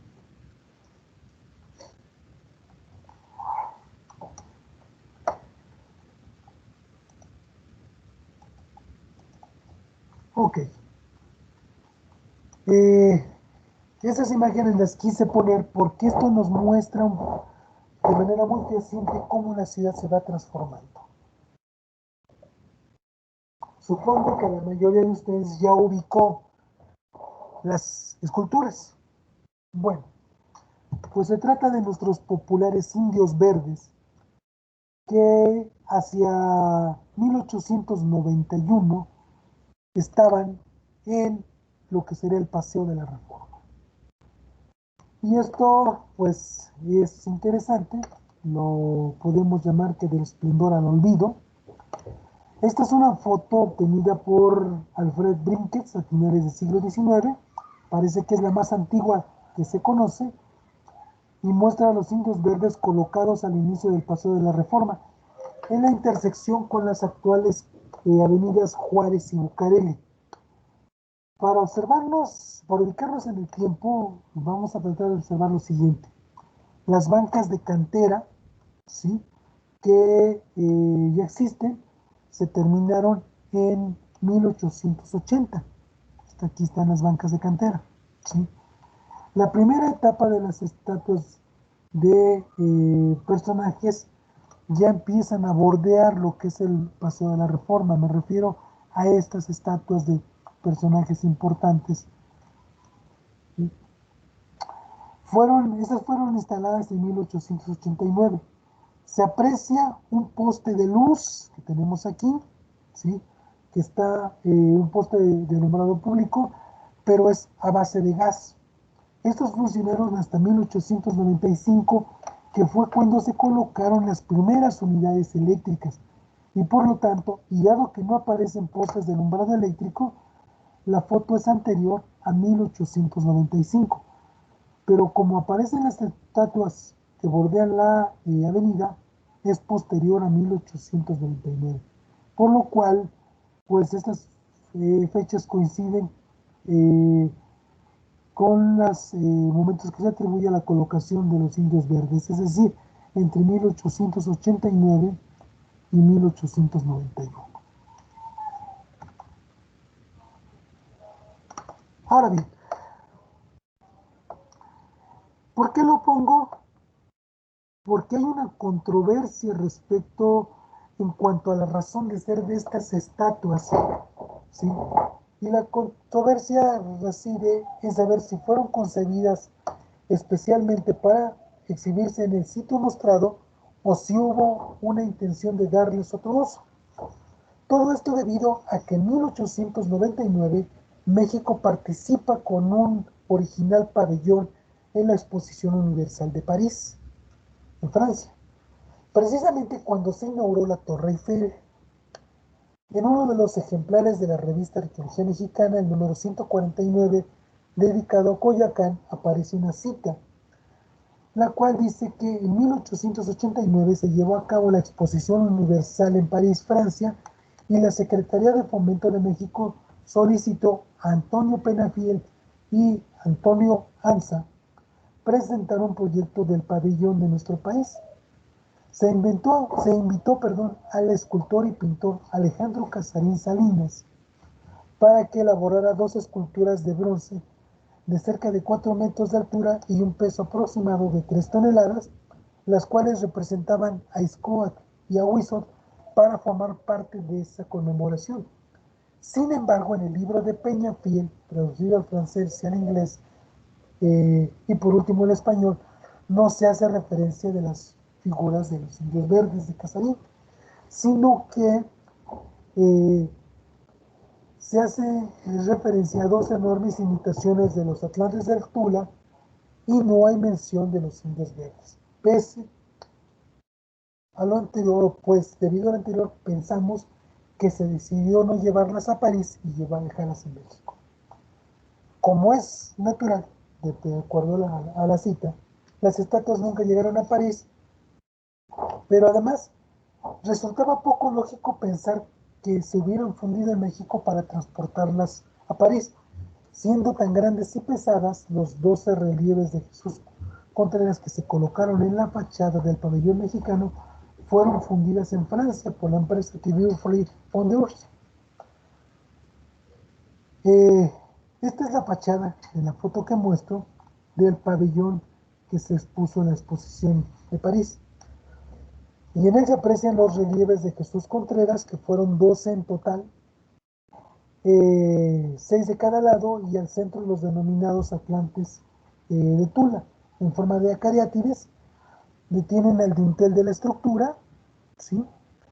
Y de los 12 personajes en relieve, 6 eran dioses, 3 héroes y 3 reyes. Uno de estos últimos es Iscoat. Al centro se aprecian dos grandes bases a los lados de las escalinatas, estas que tenemos acá, sobre las que tenemos un brasero en la parte superior, que bien podrían sugerir que la posibilidad de verse planteado colocar ahí algunas esculturas, pero no aparecen en los dibujos del proyecto, así que pues en virtud de que los indios verdes representan a Squad, es muy probable que en conjunto se duplicaran cada uno de los personajes. Bien, eh, una cosa que es cierta es que hay un alto porcentaje de los habitantes de la Ciudad de México que han olvidado el nombre de los tlatoanis mexicas, eh, que por muchos años muchos lo supimos de memoria.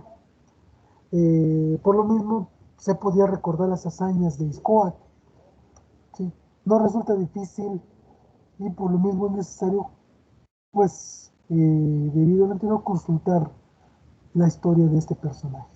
A Iscoat se le conoce como el hombre que consolidó la autonomía mexica en unión con Nezahualcóyotl, el señor de Texcoco, y de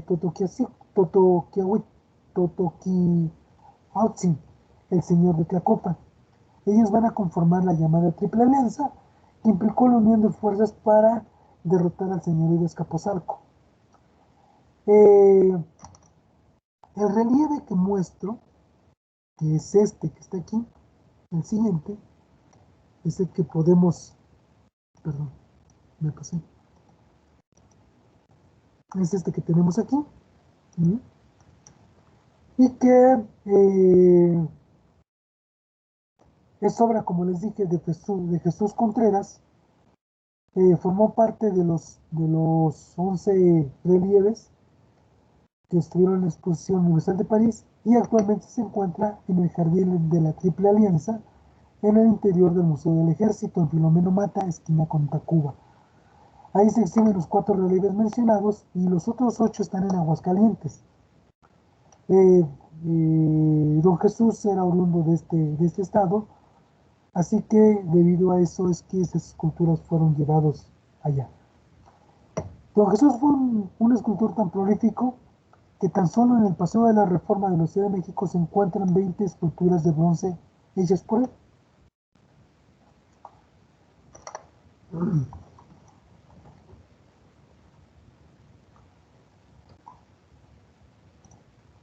Bien, Ahora veamos cómo es que llegan estas esculturas aquí a este paseo de la Reforma.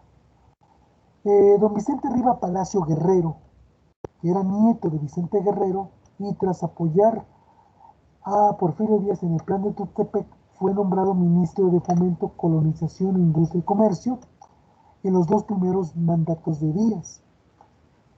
Eh, y él, digamos que siendo ministro, entre 1876 y 1879, digamos que ordena construir dos estatuas de guerreros indígenas para ser colocados en el Paseo de la Reforma. Riva Palacio comisiona a Casarín para que haga dichas esculturas representando a Ixcoatl y a Huizón. Salvo datos referentes a sus dimensiones, peso y costo de las esculturas, fueron 80,000 pesos, nada indica referente a que estuvieran destinadas a exhibirse en la exposición de París. Sin embargo, nos dice que fueron inauguradas el 5 de mayo de 1892. En cuanto a la fecha en que fueron colocadas en su sitio original, esto es, digamos que es significativo, pero considero que existe una controversia. Si bien fueron ordenadas en 1878 y colocadas en 1891, eh, Carlos Martínez Assad, en su libro donde hace referencia a esta situación, menciona que fueron inauguradas en 1892, el 5 de mayo. Y la familia Casarín fija la fecha del 30 de septiembre de 1889. De cualquier manera, lo que levanta la polémica respecto a la conveniencia de que ocuparan dichos sitio fue relativamente corto el tiempo que permaneció ahí, y para 1901 fueron trasladados al Paseo de la Viga. Ahora bien, ¿por qué, eh, ¿por qué fueron trasladados? Independientemente de la polémica del pabellón de 1889, que se refiere al pabellón de México en la exposición de Francia, se suma otra de 1891, cuando en la entrada de, el Paseo de la Reforma, lindantes con el Museo de Carlos IV de Tolsa, se colocaron las esculturas de estos héroes mexicas, Agüizo y Xcoatl, realizados por Casarín y colocadas sobre pedestales de mármol negro, popularmente conocidos como indios verdes. Elisa García Barragán destaca la polémica al respecto y nos cita a esta polémica. Menciona que ya que los reyes esculpidos dentro de un pretendido realismo indígena rompían la armonía del afrancesado paseo, 2 años después se leía en el Monitor Republicano: insiste un periódico y con mucha justicia en pedir al ayuntamiento que suprima los ridículos y antiestéticos muñecotes colocados a la entrada del Paseo de la Reforma. Los turistas que visitan esta capital creen que esos adefesios son obra de los primitivos pobladores de la Náhuatl y que nuestro ayuntamiento los conserva allí como reliquias arqueológicas. Así opinan los que nos juzgan favorablemente en cuanto a que sepan que son obras contemporáneas. Seguramente nos calificarán de salvajes. Bueno, esta es la polémica que se arma. Y bueno,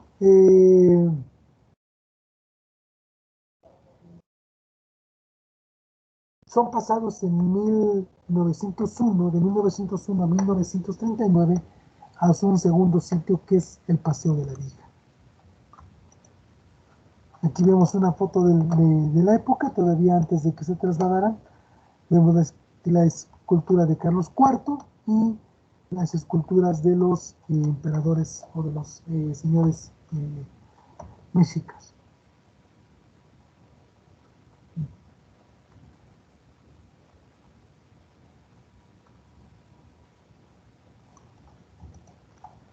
Aquí la imagen de cuando están siendo bajados del Paseo de la Reforma.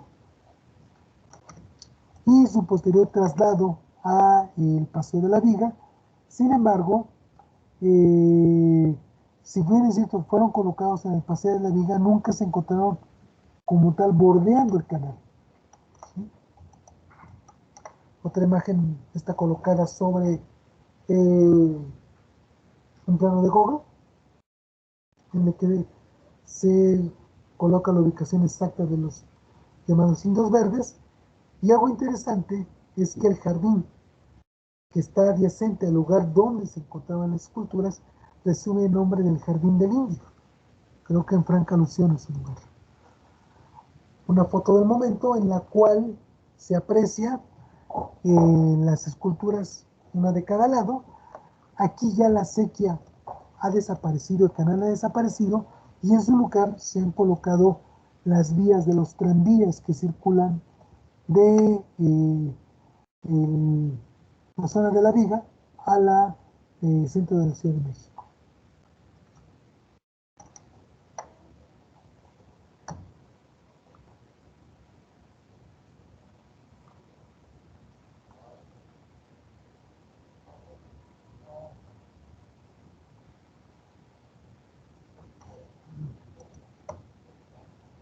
Ante la degradación de lo que urbana de lo que alguna vez fue el bello Paseo de la Viga, pues los indios verdes quedaron rodeados por fábricas y puestos semifijos, y por ello se decidió cambiarlos de sitio, y ahora se fueron a la entrada norte de la ciudad, viniendo por el entonces la flamante carretera pavimentada de Laredo, que era donde comenzaba la avenida de Insurgentes Norte.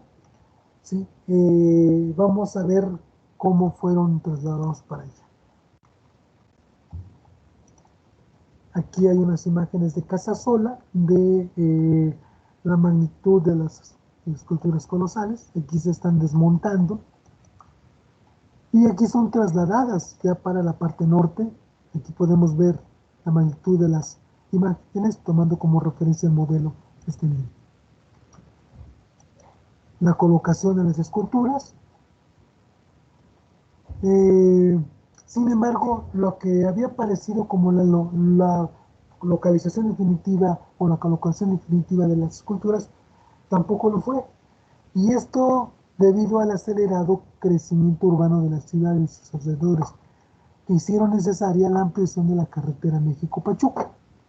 Esto se dio de forma paralela a la conclusión de la terminal, la estación terminal de Indios Verdes, de la línea 3 del metro, que fue inaugurada el 1 de diciembre de 1879.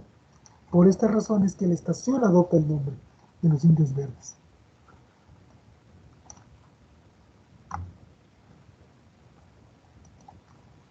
Esta es otra imagen de la época, y aquí en este plano muestro las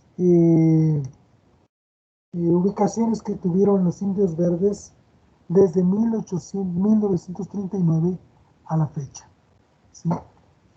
Los vemos en su tercer sitio, ¿sí? Luego fueron movidos y el sitio donde se encuentran actualmente. El sitio 3, que es el más temprano, es el acceso norte de la ciudad, viniendo pues la carretera México-Pachuca, aunque en esta época se le llamaba la carretera a Laredo. Luego tenemos el sitio 4, que es sobre los camellones laterales de Insurgentes a la altura del metro de Indios Verdes. Entre el 79 y el 2005 estuvieron aquí. Y ahora los tenemos en el acceso principal al Parque del Mestizaje. Esto a partir de 2005.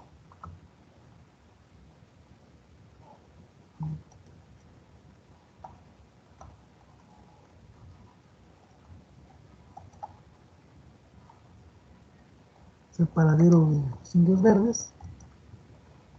Una imagen reciente ya con la restauración hecha. Y esta es la imagen de una foto reciente de la entrada al Jardín del Mestizaje. Este fue inaugurado en 2005 y fue parte de un plan maestro para el rescate del acueducto de Guadalupe. Se remodela el parque y bueno, es el destino final que han tenido hasta el momento las culturas de los llamados indios verdes, que como ya dijimos, se trata de Ixcoac y de Ahuizo. Bien, para terminar quiero dar una breve semblanza de fotos finales en cuanto a algunos sitios emblemáticos de lo que es la Ciudad de México. Esta es una foto de los años 20 de Paseo de la Reforma. Desde la columna de la Independencia se aprecia al fondo el castillo de Chapultepec, ¿sí? En la glorieta siguiente se ven las palmeras, donde después va a estar la Diana Cazadora. Podemos darnos cuenta que se trata de grandes fincas, ¿sí? Donde que se da una idea de cómo ha cambiado esto en aproximadamente 100 años. Una foto no tan vieja, esta es de los años 70, es el Metro Insurgentes, y ya desde los 70 la fila para entrar al metro era muy larga, la cual, como se observa, la entrada tenía una puerta de cristal, hoy ya no la tiene, ¿sí? Esta es una foto de 1929 de la Castañeda, el manicomio general de la Castañeda. Este conjunto, ubicado en la villa de Mixcoac, fue cerrado en 1968 y en su lugar ahora se encuentra la unidad Torres Mixcoac, Lomas Platero de la prepa y la prepa 8. ¿Sí? Esta foto es genial, es el área que se conoce como las islas en la UNAM. Aquí fue develada una estatua de Miguel Alemán Valdés, en cuyo sexenio fue construida la universidad. La escultura fue dinamitada por desconocidos. ¿Sí? Actualmente pues no existe la escultura.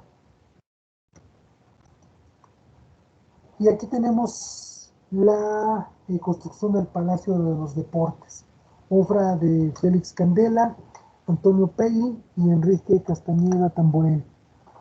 Es una foto de la década de los 70, fotos no tan memorables.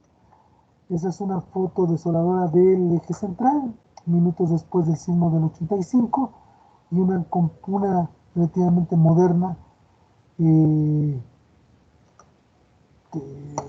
de la misma vista. Esta es muy genial, las dejé para el final. Esta es la pulquería El Templo de Adonis. Pero aquí lo interesante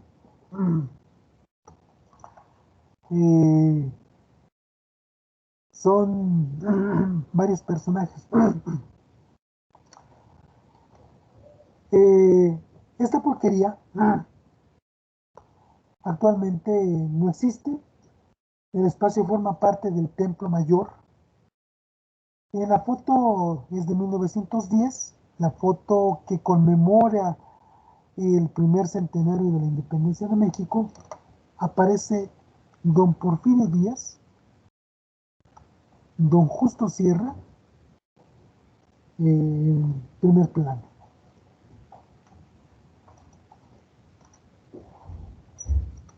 El solitario Parque México y sus alrededores en 1932.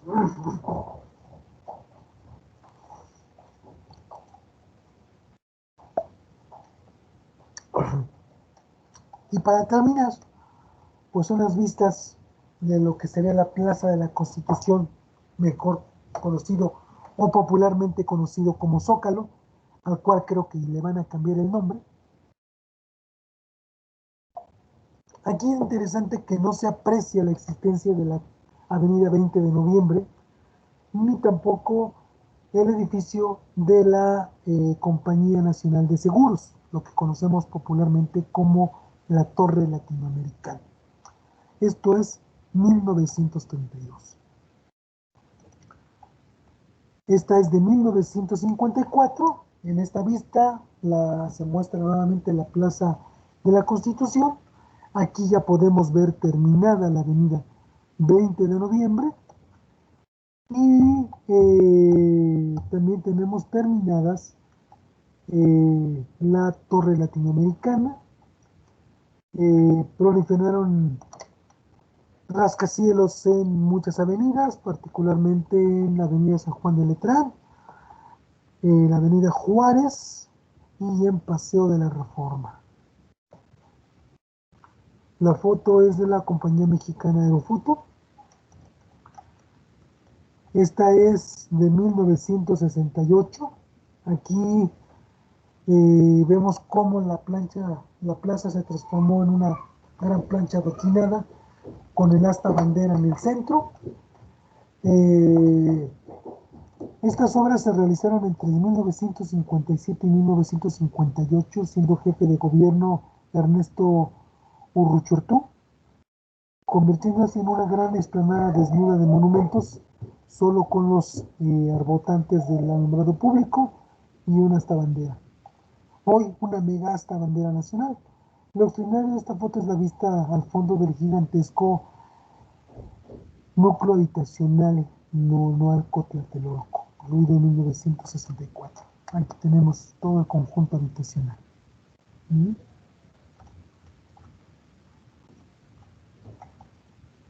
Esta es una foto de 1970. En ella es una foto de la compañía mexicana Aerofoto del 68 y el fotógrafo dirige su lente hacia el área que ocuparía el antiguo recinto ceremonial de México de Tenochtitlan. De ahí se hace una recreación. Es un momento en que aún no se inicia el proyecto del Templo Mayor, que las excavaciones que existen son muy reducidas. Después del 68 hay 3 eventos que son muy destacados para lo que sea el Zócalo de la ciudad. La construcción de la línea 2 del metro y su estación subterránea, el descubrimiento de la diosa Cuyushau en febrero de 1978 y las obras de recimentación que se van a llevar a cabo en la Catedral Metropolitana en 1991. Y esta foto es cortesía de Oscar Ruiz, un piloto de helicóptero mexicano, que nos da una visión espectacular de la Ciudad de México en lo que alguna vez fue la ciudad de los palacios, que poco a poco se fue transformando en un conjunto abigarrado de múltiples rascacielos que proliferaron ahora por todos los rumbos de la ciudad y sus alrededores. Y aquí tenemos una foto de 2019, que es una foto del Zócalo de la ciudad en la actualidad, un lugar muy interesante desde mi muy particular punto de vista, lleno de color. Es una foto del año 2019. Bueno, pues por mi parte ha sido todo. Espero no haberlos aburrido con esta plática y espero sus comentarios al respecto.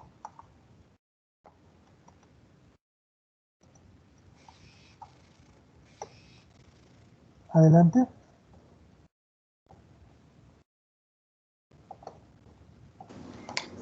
Perdón, maestro, nada de aburrido. Es una descripción, bueno, para mí impresionante y no sabría ni qué tengo que decir, maestro, porque está muy bien detallada y conocemos de cierta manera nuestra historia y cómo se fue formando esta gran ciudad que es bastante impresionantemente grande. Es exageradamente, creo, pero me gustó mucho su descripción tan detallada, maestro. Muchas gracias. No, gracias a ustedes. Felicidades, maestro. Gracias a ustedes. ¿Algún comentario, alguien más? Adelante. Profesor, yo una opinión suya me gustaría acerca de por qué esa transformación de la Plaza Mayor, del Zócalo, ¿por qué de ser jardines, algo atractivo, por qué se formó una sola plancha? Pues mucho tiene que ver con decisiones políticas, sobre todo para la conmemoración de eventos cívicos, particularmente los desfiles, celebraciones como la del 15 de septiembre. Ha tenido que ver mucho esa situación.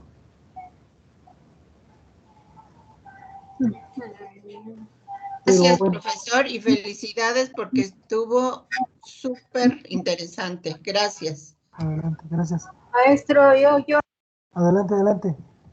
Tengo mire, una manita profesor, arriba, pero adelante.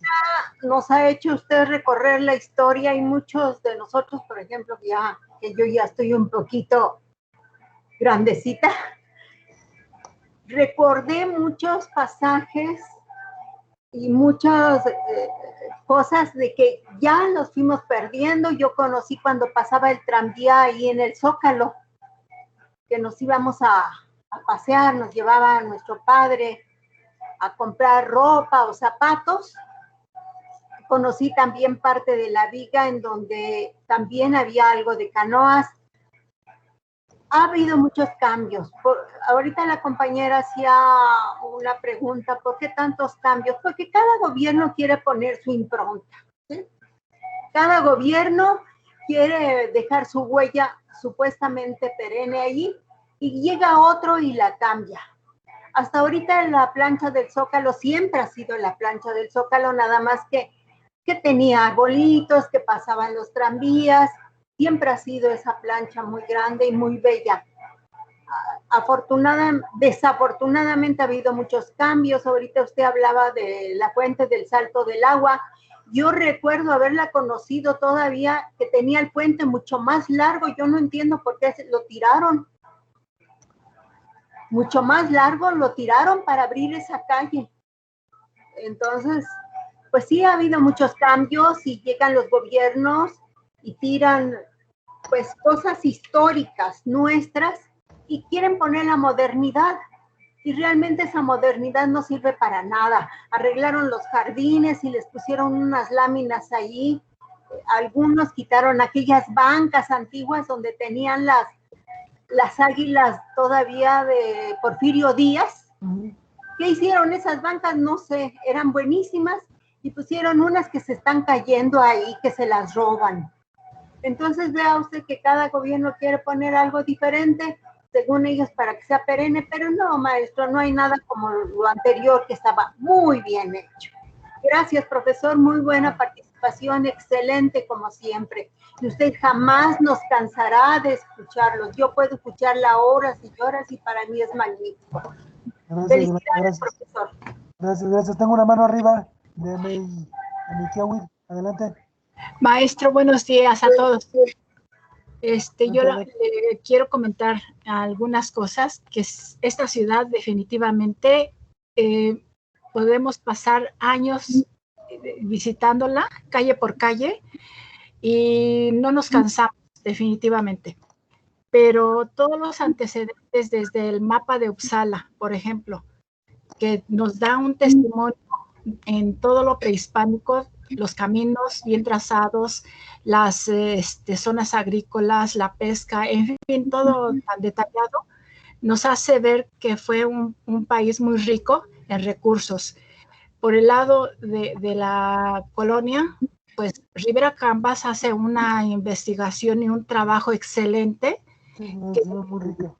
Introducirse a ese mundo maravilloso que él pudo ver todavía y dar testimonio de muchas ceremonias, sobre todo religiosas, por pueblos. Eso nos hace ver la magnitud de toda la riqueza de este país.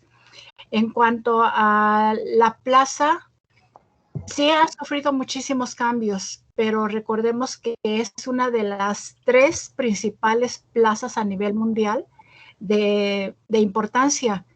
Y esto es, pues, justamente porque la dimensión y todo lo que ahí se concentra tiene un objetivo. sea la buena circulación, sea los festejos, sean muchas cosas. Sí. Esto hace que la plaza tenga esas modificaciones.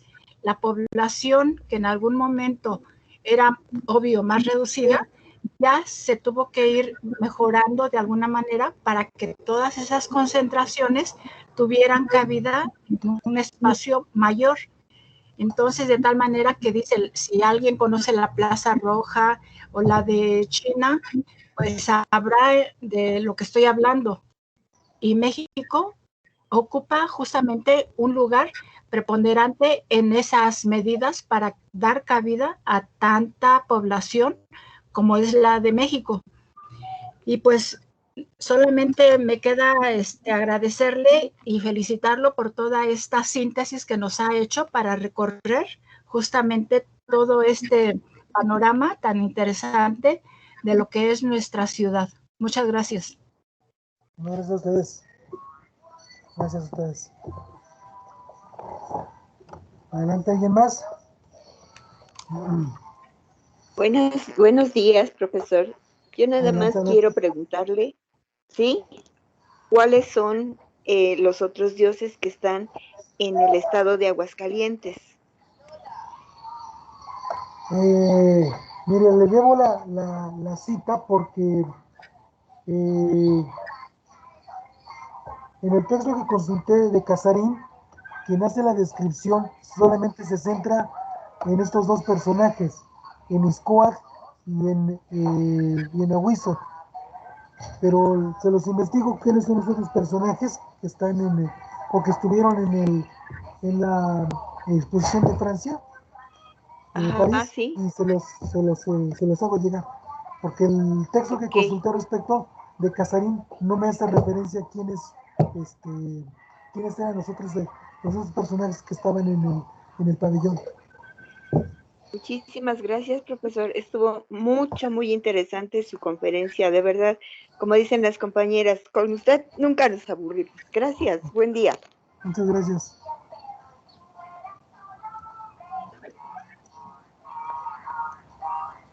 Bueno, ¿alguien más?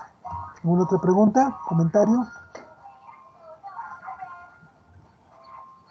Solo darte las gracias, todo muy interesante. Pues gracias, Elena. Espero que haya sido a su agrado. Y bueno, pues si no tenemos más, les agradezco su presencia. Nos vemos la próxima semana con una plática de el historiador Ismael Nieto Sarco sobre él presenta una reconstrucción hipotética de lo que es los palacios en Huixotla. Es con base en una serie de trabajos que realizamos de excavación hace algunos años. Creo que la mayoría de ustedes estuvo enterado de que participé por varios años en el proyecto arqueológico Huixotla. Y bueno, con base en eso, él va a presentar una reconstrucción sobre los espacios, particularmente del Templo Mayor de Huixotla. Entonces, es una plática interesante porque toma una serie de datos que nosotros obtuvimos de las excavaciones para presentarlo de manera muy particular de este edificio. Y la próxima semana les confirmo cuándo tenemos la plática con Isaac y también para definir si hacemos o no hacemos visita en el centro de la Ciudad de México. Entonces, va a depender de varios factores, de que no nos vayamos a un semáforo peor, y espero que no, y también de que podamos acomodar la plática de Isaac, porque la plática tiene que ver con el recorrido, que es los conventos en la Ciudad de México ayer y hoy. Entonces yo les comento en la semana qué día da la plática Isaac, cómo lo acomodamos para que podamos tener el espacio para los demás ponentes. Les agradezco mucho, nos vemos Bien, la próxima semana. Muy bien, maestro. Muchas gracias, maestro. Muchas Que gracias. pase bien. Feliz fin de Buen día a semana. todos. Hasta luego. Igual para Bye. todos, buena semana. Gracias.